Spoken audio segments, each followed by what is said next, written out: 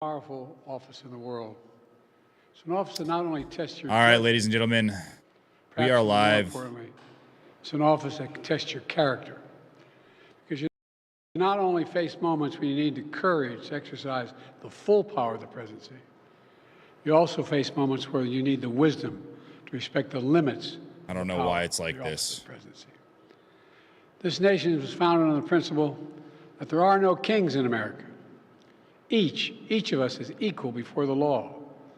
No one is above the law, not even the President of the United States. With today's Supreme Court decision on presidential immunity, that fundamentally changed. For all practical purposes, today's decision almost certainly means that there are virtually no limits on what a president can do. This is a fundamentally new principle, and it's a dangerous precedent, because the power of the office will no longer be constrained by the law, even including the Supreme Court of the United States. The only limits will be self-imposed by the president alone. This decision today has continued the court's attack in recent years on a wide range of long-established legal principles in our nation, from gutting voting rights and civil rights, to taking away a woman's right to choose, to today's decision that undermines the rule of law of this nation. Nearly 4 years ago, my predecessor sent a violent mob to the U.S. Capitol to stop the peaceful transfer of power. We all saw it with our own eyes. We sat there and watched it happen that day. Attack on the police, the ransacking at the Capitol, a mob literally hunting down the House Speaker, Nancy Pelosi, gallows erected to hang the Vice President, Mike Pence. I think it's fair to say it was one of the darkest days in the history of America. Now the man who sent that mob to the U.S. Capitol is facing potential criminal conviction for what happened that day. And the American people deserve to have an answer in the courts before the upcoming election. The public has a right to know the answer about what happened on January 6th before they are asked to vote again this year. Now, because of today's decision, that is highly, highly unlikely. It's a terrible disservice to the people of this nation. So now the American people have to do what the courts should have been willing to do, but will not. The American people have to render a judgment about Donald Trump's behavior.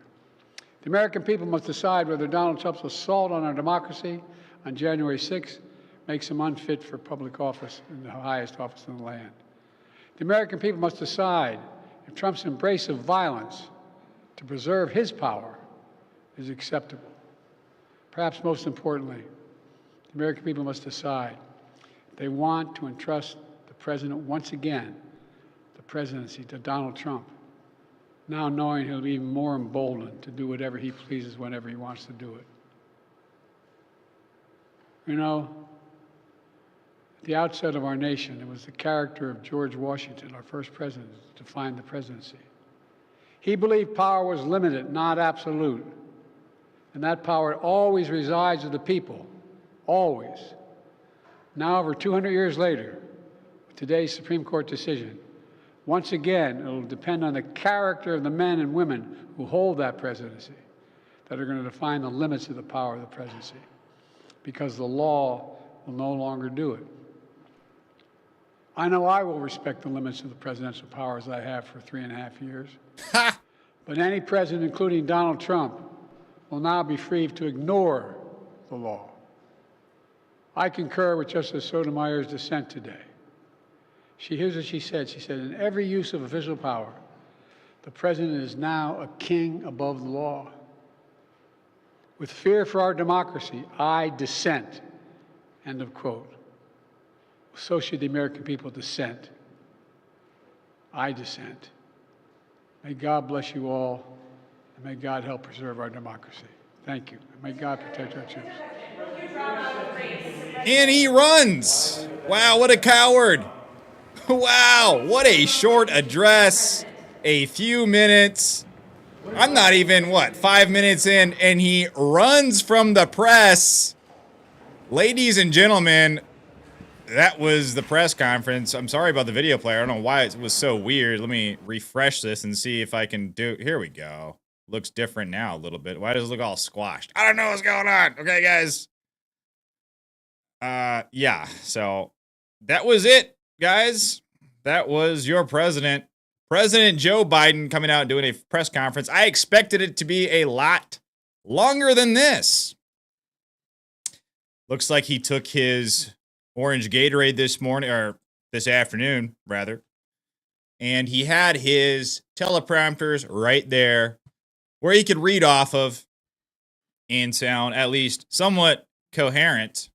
So that's good. Good for you, Joe Biden. Of course, he didn't address the fact that he has been hurling assaults on Donald Trump for several years now. And, I mean, the simple fact is this ruling really throws a wrench in their plan to get Donald Trump over this insurrection. Ooh, insurrection stuff. So, big win for the Republicans, and the Democrats have lost a big one with this. So, there we go, guys. There we go. I guess I could hang out for just a little bit longer, guys. Like I said, I expected this to go a lot longer. Biden gives a 3-minute address and runs, turns around and runs. I didn't think Joe Biden was agile enough to run that fast. But the guy looked like a cheetah. It was a blur. Did you guys catch that? It was a blur. I didn't even, after he finished the address, the press started to, ask him questions, and all of a sudden, Biden disappeared. All I saw was a motion blur. Just bam, gone. I think I might have seen some smoke follow him outside of those double doors right there. It was very interesting. Very interesting stuff. I guess I can go through. I had a few tweets pulled up from some of the reactions to this Supreme Court decision. Who do we got in the chat? We got Joey. We got Becky. Jim Barron is in the chat. Howdy, Jim. How are you guys doing? Maritza Michelle C is in the chat, of course. John Parsons says the real irony is that Trump may very well get the opportunity to pick Sotomayor's replacement, and that would be juicy. That would be amazing. Get her out of there. Also, one of the conservative Trump justices that dissented on this opinion was Amy Coney Barrett, which I was just very disappointed in. I think she made the wrong decision, but it passed. It went through, so that's good. So I guess since this was so short, we'll see what's going on Twitter. I'll just go through some of these tweets I had pulled up for you guys. Hope everyone's having a fantastic night. Thanks for joining me. Sorry that it was such a short, I guess, address. I mean, if this was Donald Trump, he would have probably talked for a good, he would have given his statements from the teleprompter, which would have taken probably 10 minutes, and he would have probably spoke for another 20 minutes and taken another 25, 30 minutes of questions. So that would have been a lot cooler. Remember when our president was cool, defended Americans, cared about our freedoms? Yeah, that was great, right? So we had Adam Schiff, who exploded over the presidential immunity. This was his reaction. If you guys were interested in old pencil neck here. We have some breaking news on Donald Trump and his legal problems.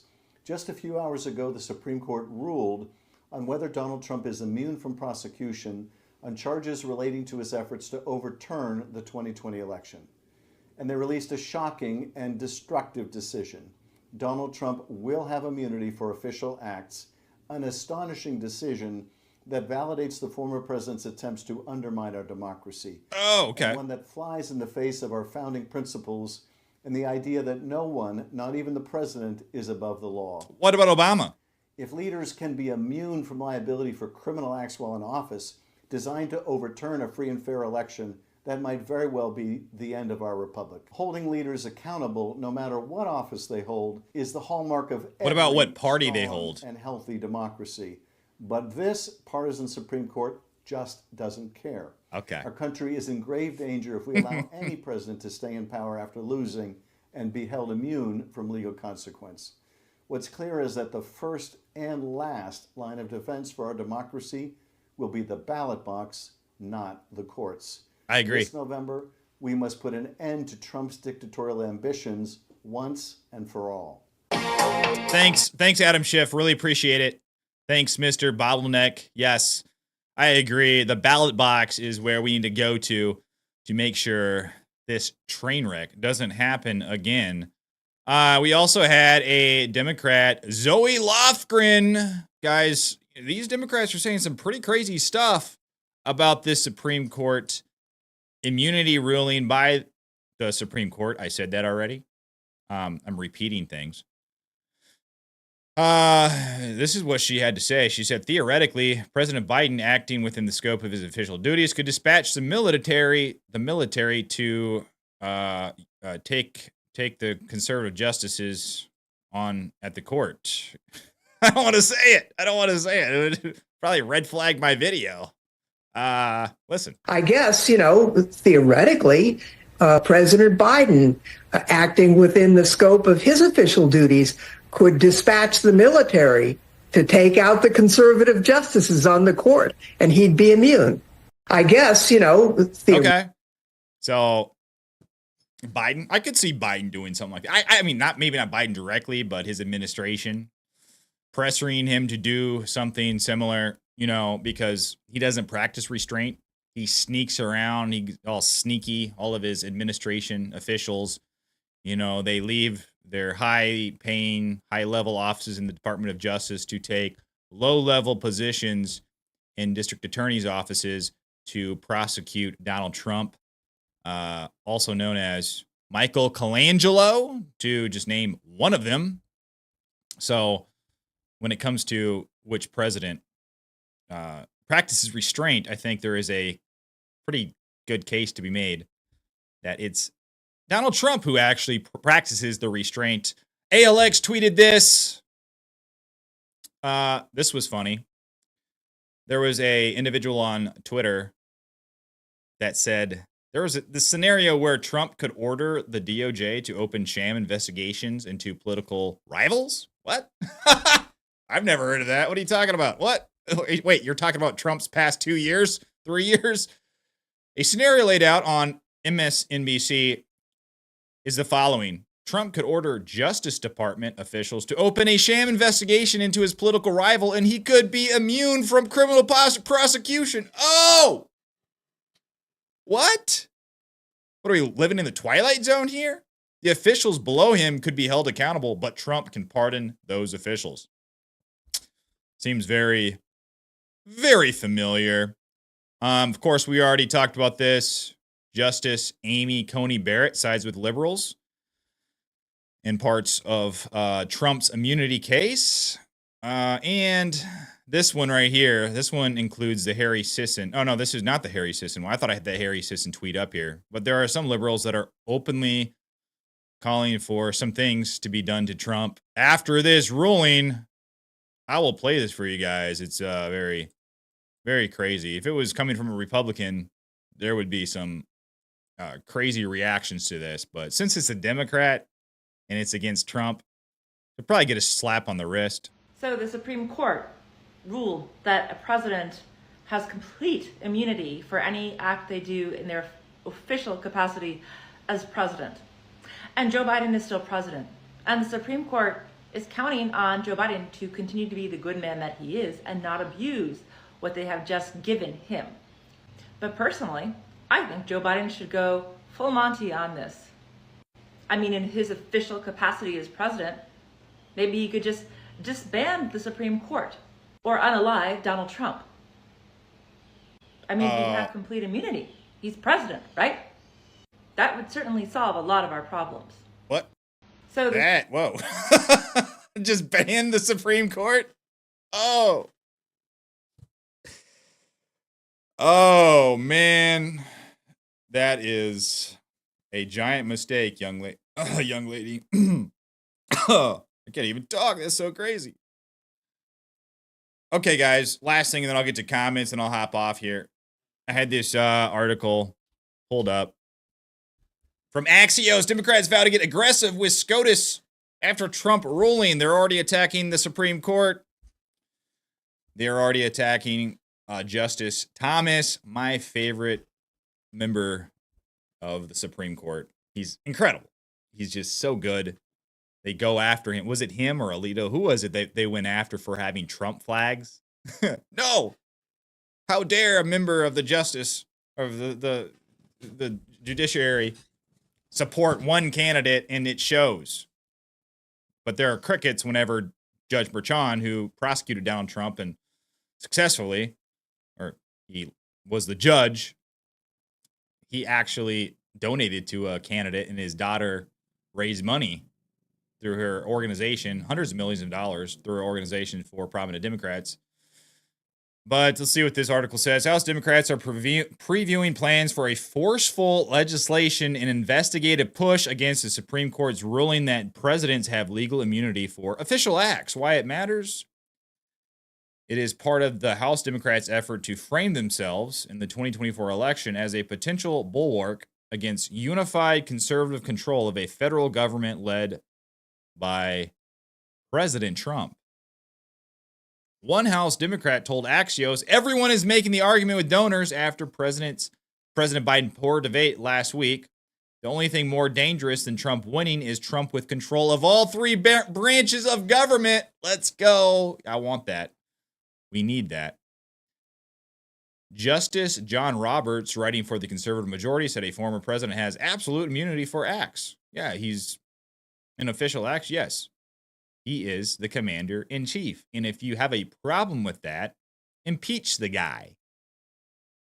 Plain and simple. If he does something that we don't like as the American people, we have a process to remove a president.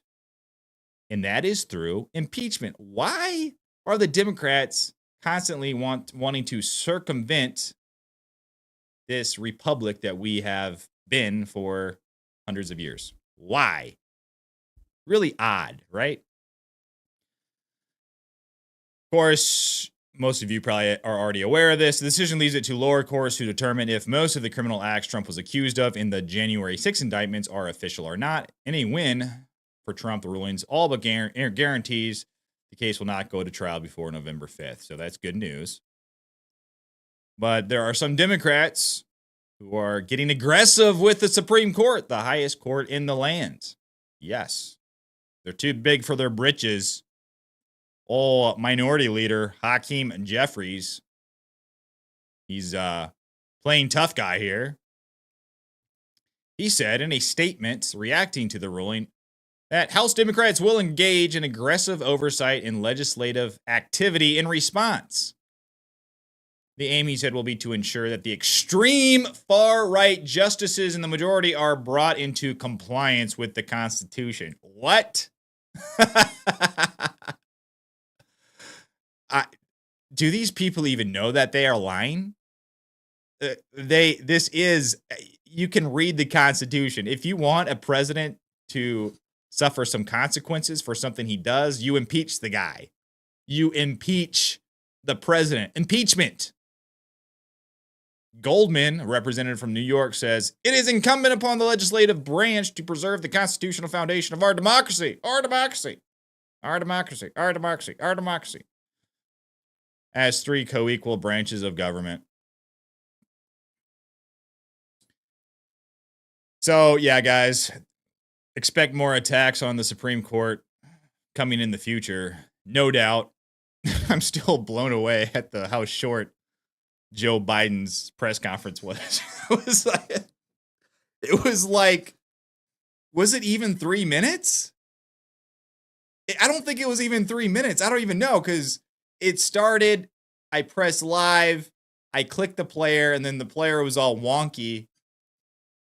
And I said something, and then I sat here for, it seemed like seconds, and then all of a sudden, he zoomed out the door. What? Ah, man, that was crazy, man. The times we live in right now is just so crazy. Man, who knows? And we got the media. I mean, there's like factions in the media or who have connections with the media that are basically trying to push Biden out. I'm talking about this tomorrow morning on my show. It's heating up. Things are getting wild. There's two sides. One side seems like these establishment types want to keep Joe Biden there. Don't worry about his horrible debate performance. Don't worry about the fact that he looks old and senile in many of his talks that he gives, many of his public opinions or appearances. Don't worry about that. That's one side. And the other side, all of a sudden, has done a complete 180, giving us all whiplash and confirming everything that we have been saying for literally years. It's hilarious because this is nothing new to us. What's new is that the mainstream media is reporting on it. What? I love it. I absolutely enjoy it to the core of my being. We got people in the chat. Maritza is in the chat. Michelle, of course, is in the chat. She says, Joe can't talk for more than 3 to 4 minutes. Yeah, that was crazy.